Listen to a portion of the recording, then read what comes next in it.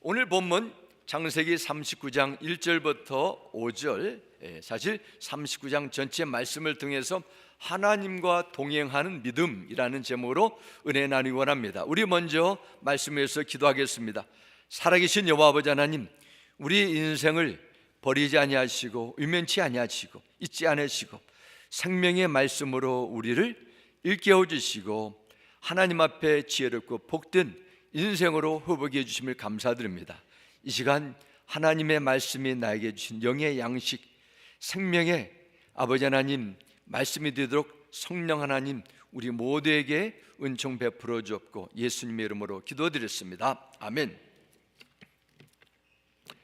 신앙생활뿐만 아니라 사회생활, 인간관계 모든 부분에 있어서 성공적으로 잘하기 위해서 여러 가지 조건과 그 비결을 말하지만은 가장 무엇보다도 인내, perseverance, 인내가 얼마나 중요한가, 이것을 우리는 경험을 통해서 상식을 통해서 너무도 잘 알고 끊임없이 배우고 왔습니다.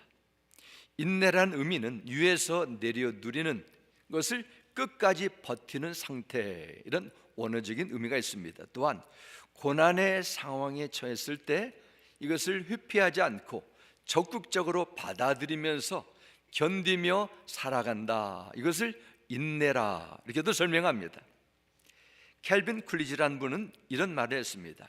이 세상에는 재능이 있으면서도 성공하지 못하는 사람이 무수히 많다. 다른 사람보다 훌륭한 교육을 받았으면서도 성공하지 못하는 사람도 많다.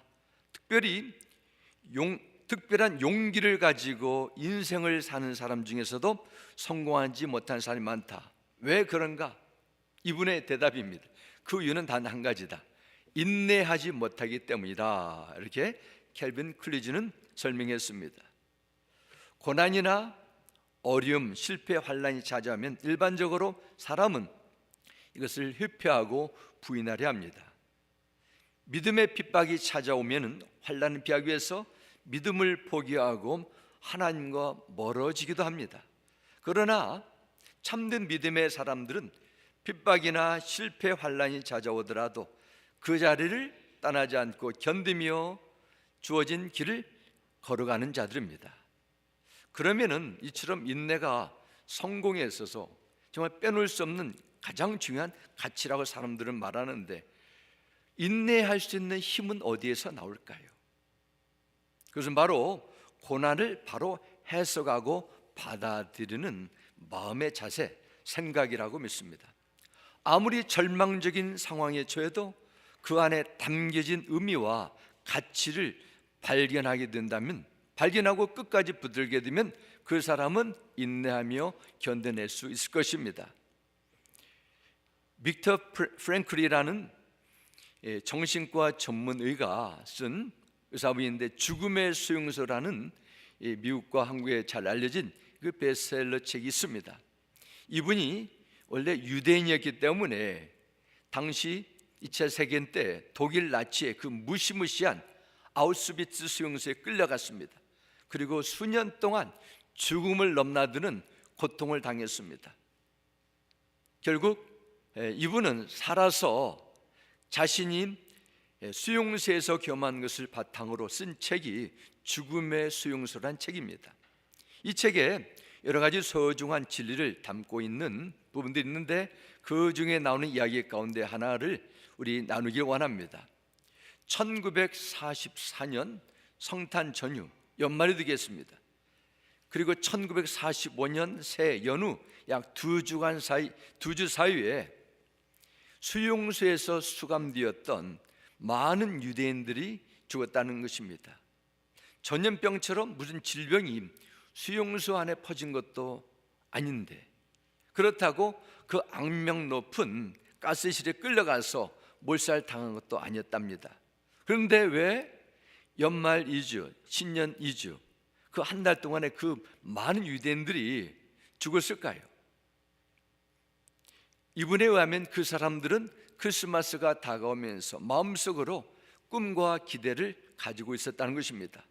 이번 크리스마스 때쯤 되면은 이 나치 정권이 우리를 석방시켜서 우리는 드디어 집으로 돌아가 예전처럼 행복하게 가족들과 보낼 수 있을 것이지, 이런 막연한 기대를 품고 있었습니다. 그런데 크리스마스 연말이 지나고 연초가 다가오는데도 전혀 석방될 기미가 보이지 않습니다. 그때 그들은 너무 절망하고 마음에 병이 들었습니다. 그리고 그런 마음의 절망감은 결국 육신의 생명까지 앗아가는 결과를 초래했다는 것입니다. 그 후로부터 1945년 4개월이 지난 후 1945년 5월 4일부터 8일까지 대부분의 독일군은 항복하게 되고 히틀러 나치 정권은 종말을 구하게 됩니다. 그들이 만일 4개월만 끝까지 인내하고 참았다면 전쟁이 끝나고 그 지옥 같은 수용소에 나와 고향으로 돌아갈 수 있을 텐데, 그들은 그것을 참지 못해 절망감에 빠져 목숨을 잃게 되었다는 것입니다. 빅터 프랭클은 자신이 수용소에 나와 죽음의 사선을 건너는 이 고통의 처절한 절망의 시간을 스스로 체험한 후에 아래와 같은 말을 남겼습니다. 인간에게는 모든 것을 빼앗갈 수 있어도 한 가지 마지막 남은 인간의 자유, 주어진 환경에서 자신의 태도를 결정하고 자기 자신의 길을 선택할 수 있는 자유만은 빼앗을 수 없다. 어느 환경과 절망적인 상황과 사건에 처해도 내가 선택할 수 있는 의지가 있다는 것입니다. 그것을 잘 사용한다는 것입니다. 잠언서 4장 23절에도 이런 말씀이 있습니다. 모든 지킬 만한 것 중에 더욱 내 마음을 지키라. 생명의 근원이 이에서 남이니라 말씀합니다. 사람이 살고 죽는 것, 행복과 불행을 결정하는 것, 어떤 마음, 어떤 마음의 자세, 생각하느냐에 따라 달렸다는 것입니다. 우리가 인생을 살다 보면 사람의 힘으로 도저히 해결할 수 없는 어려운 일들을 만난 경우가 있는데, 이때 생명의 생각을, 믿음의 생각을 소유한 사람들은 오히려 어려움을 극복하고 하나님의 뜻을 이루며 영광을 돌리는 것을 우리는 성경 곳곳에서 보게 됩니다. 그러므로 하나님 나라를 위해서 끝까지 쓰임받기 위해서는 하나님의 말씀에 나오는 생명의 생각, 진리의 생각, 믿음의 생각을 가져야 됩니다. 오늘 말씀은 지난 주일에 전한 야곱의 아들에 관한 이야기입니다. 야곱에게는 12명의 아들들이 있었는데 그 중에 요셉이란 아들은 성경에 나오는 가장 잘 알려진 인물들 가운데 한 사람입니다. 여러분이 잘 아시는 것처럼 요셉은 17살의 나이에 애굽의 노예로 팔려가 나중에 그날의 국무총리에 오른 인물입니다. 하지만 성경은 그의 인생을 평가할 때 그가 보여줬던 위대한 업적이나 성공의 비결에 집중하지 않습니다. 대신 하나님께서 그를 어떻게 사용하셨나, 하나님의 은혜가 어떻게 그에게 미쳤나, 그리고 그는 하나님께 받은 은혜를 끝까지 믿고 순종했나, 여기에 강조를 하고 있습니다. 왜냐하면 요셉이라는 한 사람의 모든 것은 자기에서 나온 것이 아닙니다. 하나님의 은혜예요. 하나님께서 그가 보여진 믿음 속에 베푸신 은혜의 열매가 되기 때문에 그렇습니다. 요셉이란 한 사람이 처절한 고통과 절망적인 상황을 이겨나가는 이 과정 속에서 보여진 믿음을 배우면서 이 세상이 보여주는 어떠한 역경과 시험, 아니 실패도 여러분에게 찾아오게 된다면 하나님의 은혜 입어 넉넉히 이기는 이런 인내하는, 승리하는 믿음 생활로 나기를 주의 이름으로 축원합니다. 사실 오늘 말씀은 창세기 31장부터 41장까지 5장에 걸치는 내용인데 짧게 중요한 부분만 여러분에게 같이 나누기 원합니다. 무엇보다도 첫 번째로 우리는 하나님의 은혜를 받은 그 요셉에 대해서 나누겠습니다. 야곱은 우리가 아는 것처럼 형 에서를 속이고 장자권을 받고 저 하란 땅에 있는 라반의 집에, 외삼촌 집에 도망갔고 그곳에서 외사촌 두 딸이들은 사촌 누이들은 레아와 라헬을 아내로 얻게 되고, 또한 나중에 또 그들의 두 여종인 비라와 실바를 또 얻게 돼 가지고 그 4명의 여인들 사이에 12명의 아들을 낳게 됩니다. 어머니가 다른 이복 동생들의 보여주는 처절한 갈등과 대립, 질투, 생각만 해도 얼마나 고통스럽겠습니까? 그 중에 야곱이 가장 사랑했던 라헬의 첫째 아들 요셉은 야곱의 12아들 중에 아버지의 사랑을 가장 많이 받았습니다. 여러 가지 이유도 있지만은 무엇보다도 야곱이 사랑했던 라헬이 베냐민을 낳다가 죽는 바람에 아마 라헬을 향한 사랑과 슬픔을 요셉에 많이 더해준 것 같습니다. 이런 상황 속에서 요셉은 아버지의 사랑을 받았지만 다른 10명의 형들로부터는 무시한 질투의 대상이 되었습니다. 창세기 37장 2절을 말씀합니다. 야곱의 역사는 이러하다 17살 된 손녀 요셉이 아버지의 첩들인 비라와 실바가 낳은 형들과 함께 양을 치는데 요셉은 형들의 허물을 아버지에게 일러 바치고 나였다 말씀합니다. 그렇지 않아도 가정에 그 형제들끼리 끊임없는 반목과 대립이 있었는데 형들의 허물을 아버지에게 알려 바치면서 형들에게 미움을 사게 됐습니다. 또한 요셉과 형들의 관계가 끊어진 결정적인 사건은 우리가 아는 것처럼 요셉의 꿈을 형들에게 나눈 것입니다. 꿈의 내용은 요셉이 형들의 곡식단이 자기 곡식단에 절을 하게 되고 해와 달과 11별이 자기에게 절하는 그런 꿈이었습니다. 요셉은 그 꿈의 해몽을 통해서 자신이 자주 있는 10명의 형들보다도 더 뛰어난 사람일 것임을 말하고 의미하게 되면서 형들은 요셉을 더욱더 극도로 미워하게 됩니다. 어느 날 요셉은 형들의 부탁을 받게 되고 형들이 양을 치고 있는 세겜과 그곳에서 또 13일 떨어진 도단이라는 곳을 가게 됩니다. 좀 지도를 보면 좀 쉽겠습니다. 세겜과 도단, 요단강 그 서쪽에 있는 지역입니다. 그렇지 않아도 요셉을 눈의 가시처럼 여겼던 형들은 아무도 아는 사람이 없는 이 도단에서 요셉을 죽여버리자는 무시한 음모를 꾸미게 됩니다. 하지만 요셉을 목숨을 살려주는 맏형 루벤의 제안을 받아들인 형제들은 요셉의 옷을 벗기고 물이 없는 빈 구덩이에 던져넣게 됩니다. 요셉이 형제들로 인해 가지고 빠졌던 구덩이는 앞으로 요셉이 14년 동안 완전한 절망의 삶을 살게 되는 것을 미리 보여주고 있습니다. 요셉의 형들이 요셉을 구덩이에 던져넣고 음식을 먹다가 마침 지나가는 미디안 이스마엘 상인들을 만나게 됩니다. 동생을 살린 그런 마음을 가지고 그를 죽이지 않고 우리 그러면 저 미디안 상인에게 팔면 어떨까라는 유다 형의 권유를 받아들인 다른 형제들이 이스마엘 미디안 상인에게 은 20개를 받게 되고 그를 노예로 팔게 됩니다. 그리고 야곱의 아들 요셉은 바로 왕의 친위대장 보디발에게 종으로 팔려지게 됩니다.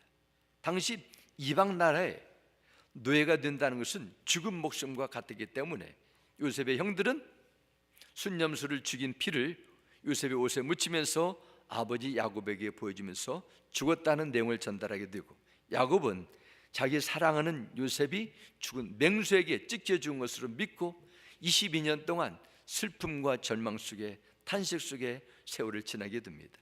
그 사이에 미디안 상인들의 노예로 팔려간 요셉은 애굽 나라 바로의 신하 보디발의 노예로 살게 됩니다.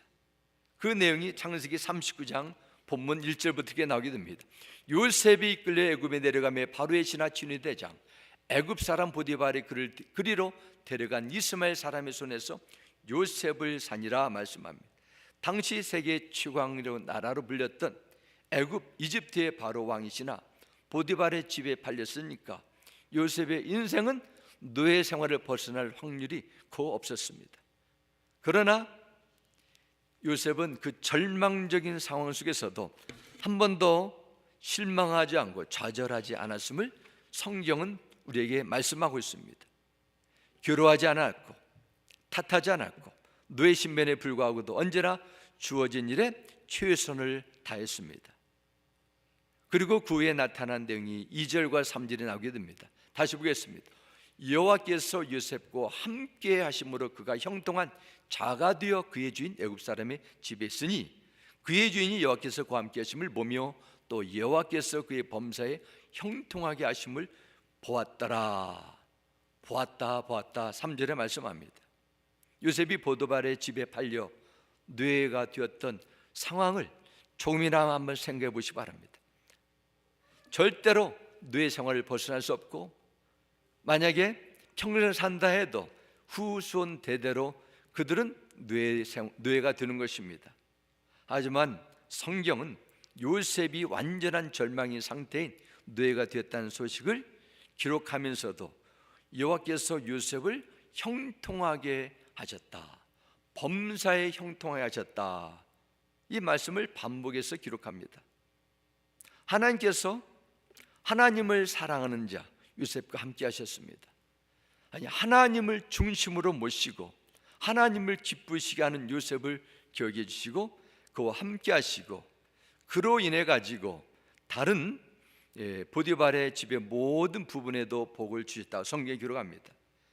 요셉이 복이 있는 그 집에 들어가게 된 것이 아니라, 보디발의 집에 그 자리가 명당 자리가 아니라, 그가 비록 노예 신분이었어도 하나님께서 요셉과 함께 하셔서 형통하게 하심으로 그 집이 복을 받게 된 복의 통로로 살았다는 것입니다. 이것을 하나님께서 베푸신 은혜의 선물입니다. 예수 그리스도 안에서 하나님의 자녀든 모든 주의 백성들은 하나님의 신령한 복과 은혜를 받는 이 귀한 은총을 입었습니다. 우리의 힘과 우리의 능력이 아니라 우리가 예수 그리스도를 믿는 은혜를 입어서 하나님을 아바 아버지라 부르고 천국 백성이 되고 예수 그리스도의 이름을 붙들고 하나님과 가까이 할 수 있는 이 엄청난 복과 은혜가 믿으시고 하나님께 늘 감사하는 믿음 생활 되시길 주 이름으로 축원합니다. 그러면은 요셉은 어떻게 그 후에 삶이 이루어졌습니까? 애굽에서 요셉은 노예로서 성공한 것처럼 보였지만은 상상하지 못한 또 다른 어려움이 그에게 찾아왔습니다. 그러나 요셉은 하나님께서 요셉의 고난 속에 함께 하셨습니다. 이 부분을 잠깐 나누기를 원합니다. 주인 보디발의 집에 있을 때 보디발의 아내가 그를 성적으로 유혹하게 됩니다. 그 내기 창세기 39장 6절과 7절 이렇게 기록합니다. 주인이 그의 소유를 다 요셉의 손에 위탁하고 자기가 먹는 음식 외에는 간섭하지 아니했더라. 요셉은 용모가 빼어나고 아름다웠더라. 그 후에 그의 주인의 아내가 요셉에게 눈짓하다가 동침하기를 청하니 말씀합니다. 아마 요셉이 20대 초반 중반이 됐기 때문에 워낙 젊은 데다가 라헬의 유모를 받았던지 아마 아름다웠던 것 같습니다. 이때 바로 보디발의 주인의 아내가 요셉에게 눈짓하며 침실로 가자고 유혹하게 됩니다. 요셉이 그 여인을 유혹해야 되는 그럴 판인데 그 여인이 먼저 요셉에게 다가왔습니다. 노예로 살고 있는 요셉에게 이보다 더 좋은 기회가 없을 것처럼 보입니다. 지금 요셉은 완전히 구덩이 안에 빠진 완전히 절망적인 현실에 있습니다. 보디발, 세상의 권력 2인자 3인자 자리인 그 보디발의 아내는 요셉이를 자유를 줄 수 있는 그런 힘도 영향을 행사할 수 있는 그 위치에 있었을 것입니다. 이 상황 속에서 요셉이 보여주는 믿음이 있습니다. 그래서 우리는 참된 믿음이 무엇인가 에서 보게 됩니다. 히브리서 11장 22절 보면은 믿음으로 요셉은 말씀합니다. 임종시의 말. 요셉은 믿음으로 살았고 믿음으로 함께 죽은 사람입니다. 믿음이 있으면 어떻게 될까요? 물론 하나님을 믿는, 하나님의 존재를 믿는 믿음이 있습니다. 그러나 믿음이 있으면 바른 자아의식이 생각합니다. 영적 정체성을 가지게 된다는 것입니다. 9절 말씀 다시 보겠습니다.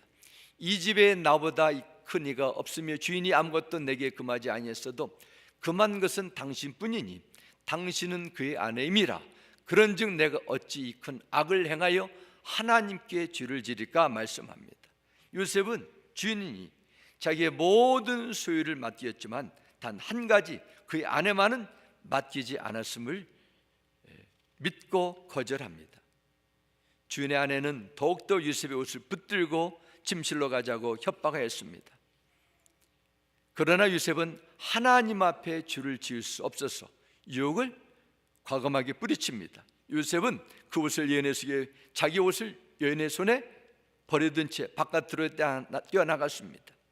만일 요셉이 자기가 계획하고 자기 주관대로, 자기의 그 느낌과 세상의 문화대로 인생을 살아가는 그런 인생관의 소유자였더라면 보디발의 아내 유혹을 절대로 물리칠 수 없었을 것입니다. 믿음이 있으면은 바른 신앙 양심을 갖게 됩니다. 요셉은 이렇게 고백합니다. 내가 어찌 큰 악을 행하여, 말씀합니다. 믿음이 있으면 무엇이 옳고 그런가를 알게 되고, 믿음이 있으면 하나님께 줄을 지으리까. 이것은 믿음이 있으면 어떤 상황 속에서도 하나님의 임재를 믿고 자신을 지킬 수 있는 결단력이 생기게 됩니다. 이 여인은 요셉이 옷까지 벗어내고 도망하는 모습을 바라보고 요셉을 잡아 죽이기로 결심합니다. 그리고 남편 보디발이 돌아오자 이 여인은 요셉의 옷을 보여주면서 자기를 겁탈하려 해서 자기가 소리를 지르니까 옷만 놔둔 채 도망갔다는 그런 허구적인 내용을 전합니다. 결국 요셉은 붙들렸습니다. 이런 경우 보통 뇌가 주인을 겁탈했기 때문에 분명히 사형감입니다. 그런데 어찌든 영문지 주인은 화를 내면서도 요셉을 죽이지 않고 그의 집안에 있는 감옥에 넣어둡니다. 요셉은 주인의 아내의 요청을 거절하며 끝까지 들어주지 않게 되고 결국 감옥에 갇히는 신세가 됐어요. 하나님께서 요셉을 낮추고 계속 낮추시고 계십니다. 보디발의 아내라는 이런 악한 여자를 사용해서 도저히 나올 수 없는 정치범 수용소에 묶이게 됩니다. 이제는 요셉은 친구도 자신의 위치도 신뢰도 다 잃어버리고 강간미수범이라는 낙인까지 찍혀서 완전히 고립된 곳에 있었습니다. 그러나 요셉은 그 가운데서도 부름의 자리를 성실하게 지킵니다. 그 성실함은 감옥을 관리하는 그 사람들에게도 인정을 받게 되고 그 옥중의 모든 사무와 주소들을 다 알게 되는 그런 은혜를 받게 됩니다. 그때 일어난 사건이 39장 20절부터 21절 말씀 봅니다.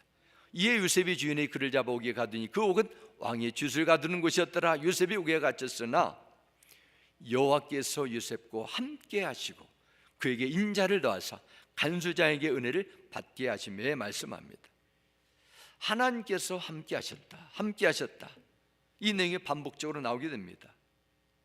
만일 요셉이 하나님께서 그와 함께 하셔서 형통케 하셨더라면 요셉을 가장 힘들게 만드는 감옥에서 빨리 구해줘야 됐습니다. 이것이 하나님 함께하는 그 위적인 증거가 될 것입니다. 그런데 요셉을 힘들게 하는 노예 신분은 달라지지 않았습니다.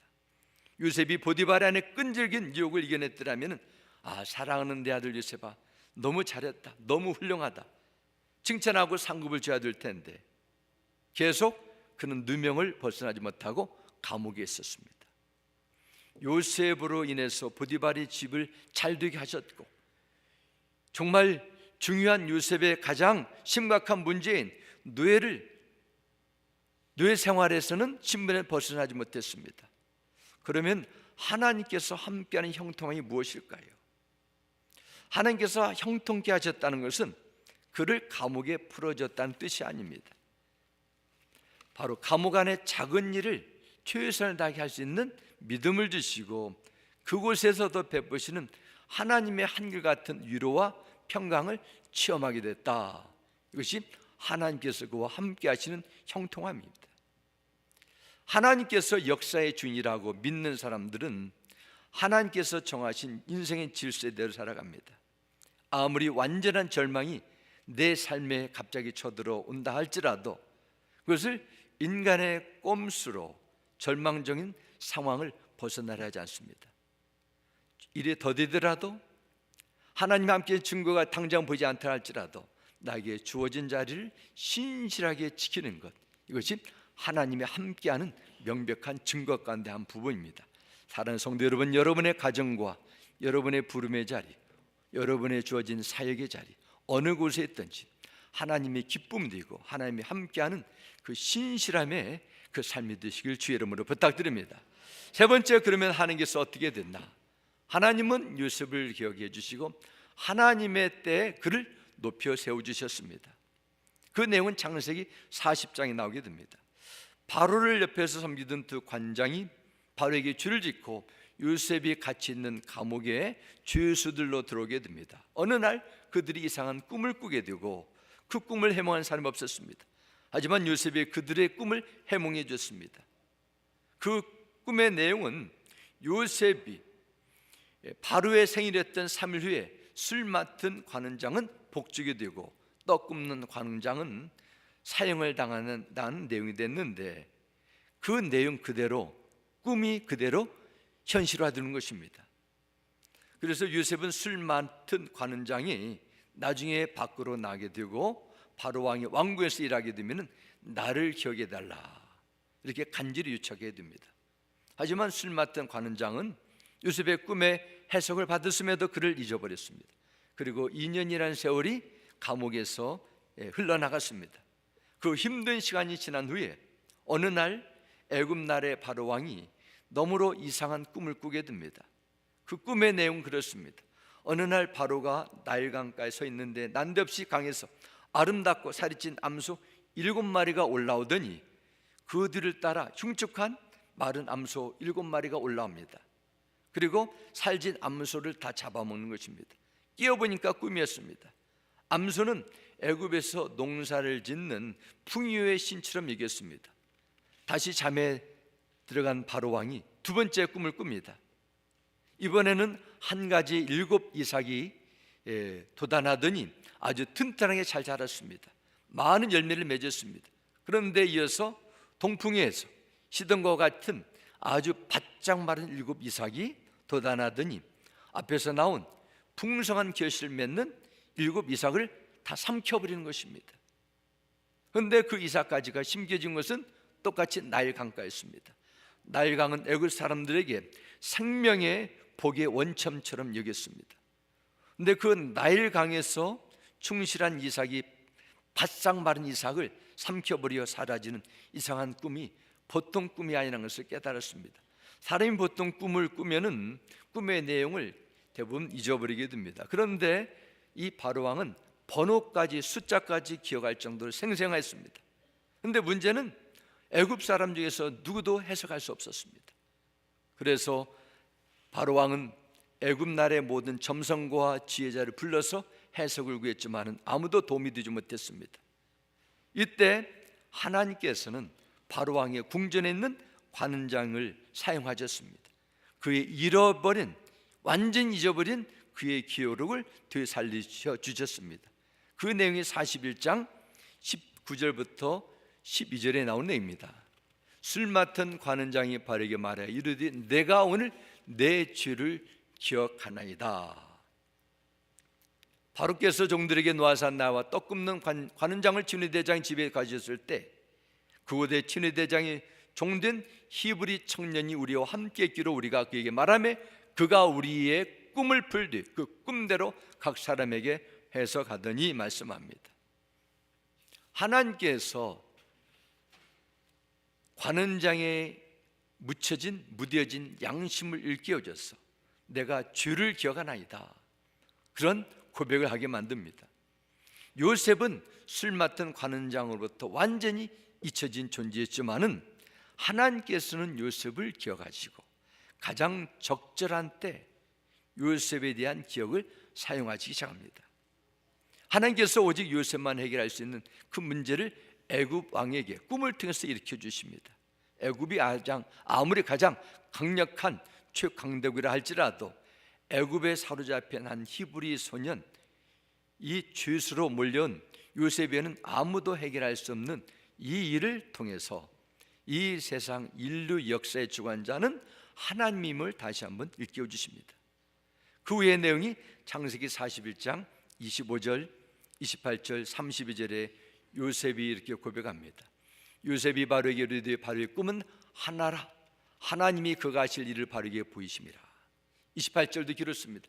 내가 바로에게 이르기를 하나님이 그가 하실 일을 바로에게 보이신다 함이 이것이라. 32절도 같습니다. 바로께서 꿈을 2번 겹쳐 꾸신 것은 하나님이 이 일을 정하셨음이라. 하나님이 속히 행하시리니 말씀합니다. 이 꿈의 해석은 바로 이 세상 모든 역사, 애굽나라의 역사의 운행자는 바로 왕이 아니라 하나님이라 이를 강조하고 있습니다. 요셉은 성령의 감동으로 바로 왕이 꿈을 해석해 줍니다.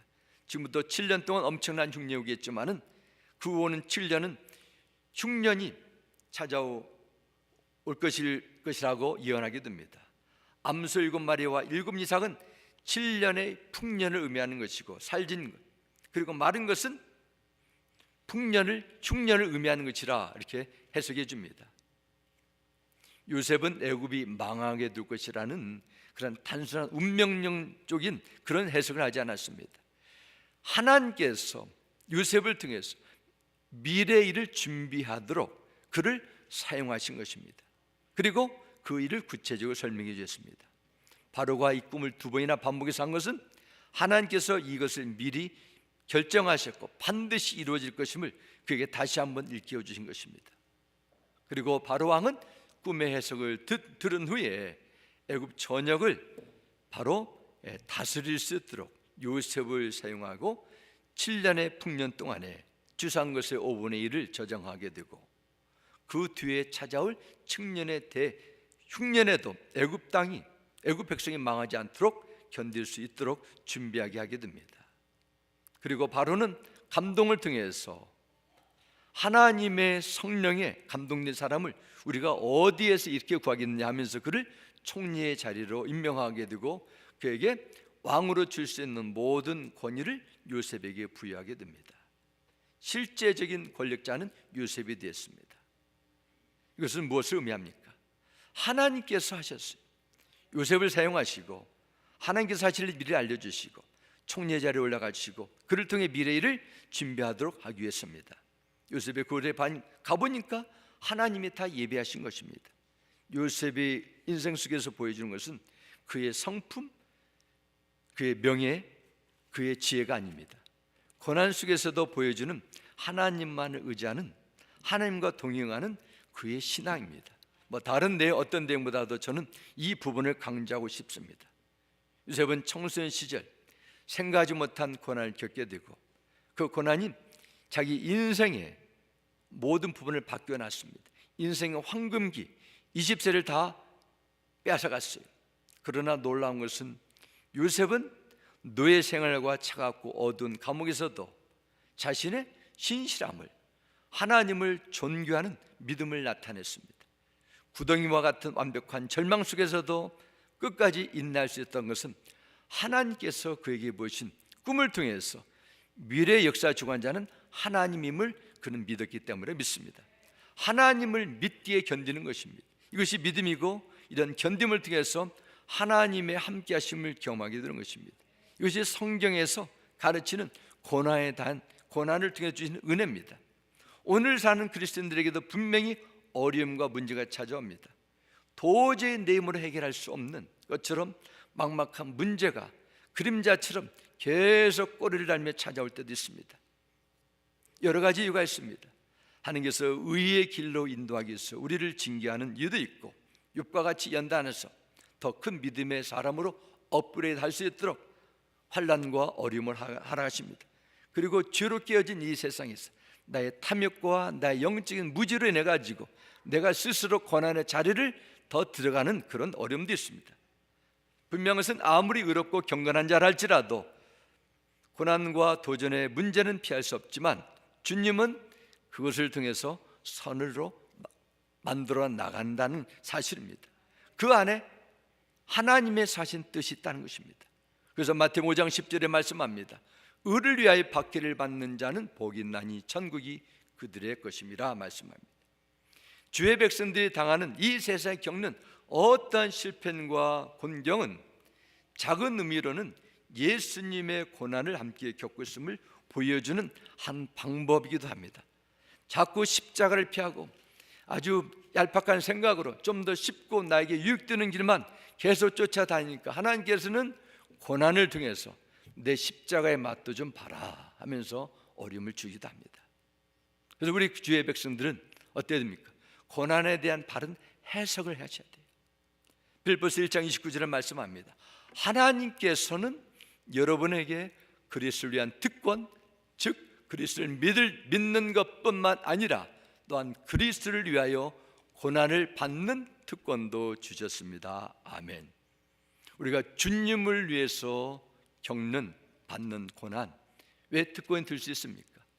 장차 하늘나라에 우리 이 세상의 여정이 다 끝나면 하나님께서 계획해 주시고 상급으로 막 바꿔주시기 때문에 그렇습니다. 그래서 사도 바울 로마서 8장에 현재의 고난은 장차 우리에게 나타날 영광과 좋게 비교할 수 없다 선언합니다. 하나님께서는 그리스도를 위해서 우리에게 은혜를 주셨어요. 믿음을 주시고 또한 그리스도를 위한 고난을 선물도 주셨어요. 이처럼 환난이나 고난, 이것이 우리에게 유익이 될 수 있는 것은 현실적인 이득이 찾아오서가 아니라 이것을 견디게 함을 통해서 우리를 더욱더 하나님 앞에 정금 같은 믿음의 사람으로 우리를 세워나가시기 때문에 그렇습니다. 그리고 이것을 통해서 우리는 주님을 더욱더 가까이 하고 내가 가지고 있는 육의 찌꺼기가 떨어져 나가고 하나님의 마음에 합한 그런 자로 영적인 성장할 수 있는 기회가 되기 때문에 그렇습니다. 그럼 우리는 어떻게 해야 됩니까?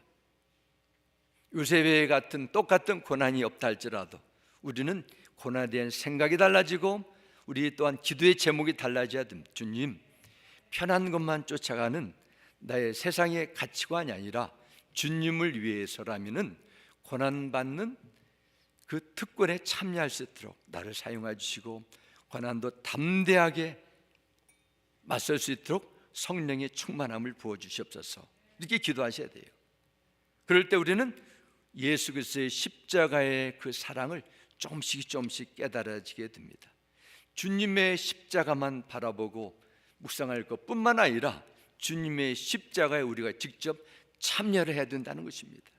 이것이 바로 성도가 부름받은 사명이요, 책임이요, 특권이라고 성경 말씀합니다. 그리고 우리는 고난 속에서 성령이 함께 하심을 분명히 체험하게 될 것입니다. 고난이 내 삶 속에서 늘 그림자처럼 따라다니며 살아갈 때도 우리는 주님께서 함께 하심을 믿으시기 바랍니다. 고난을 두려워하지 마시고 피하지 마시고 적극적으로 받아들이며 믿음으로 나가는 그런 참된 신앙의 소유자가 되기를 간절히 소원하시기 바랍니다. 요셉처럼 믿음의 선진들처럼 예수님처럼 고난을 믿음으로 견뎌내고 이겨내므로 이 세상에서 하나님께서 맡겨진 뜻을 이뤄내므로 미래의 영원한 번영 천국에서 영광에 참여하는 이 놀라운 은혜가 미래의 여정이 우리 모두에게 임하길 주 예수 이름으로 축원합니다. 우리 함께 기도하겠습니다. 할렐루야. 아버지 하나님, 요셉의 인생의 여정 속에서 요셉이 남긴 믿음의 유산을 통해서 우리에게 주신 하나님의 영적인 메시지가 있습니다. 세상에서는 어떻게 해서든지 고난을 피하고자 성공을, 행복을 추구합니다. 그러나 하나님은 우리에게 고난에 참여하도록 요구하시고 명령하셨습니다. 고난이 영원한 가치가 있고 고난이 예수 그리스도를 더욱더 깊이 알아가고 고난을 통해서 우리의 죄의 속성이 찢겨나가고 하나님의 거룩한 존귀한 성품이 회복되기 때문임을 배웠습니다. 우리가 사순절을 지내면서 주 예수의 십자가의 고난을 깊이 깨닫고 깊이 마음에 되새길 뿐만 아니라 앞으로 남겨진 인생 속에서 주님의 고난에 더욱더 담대하게 적극적으로 참여할 수 있는 이런 믿음으로 우리를 이끌어 주옵소서. 예수님의 이름으로 기도드렸습니다. 아멘.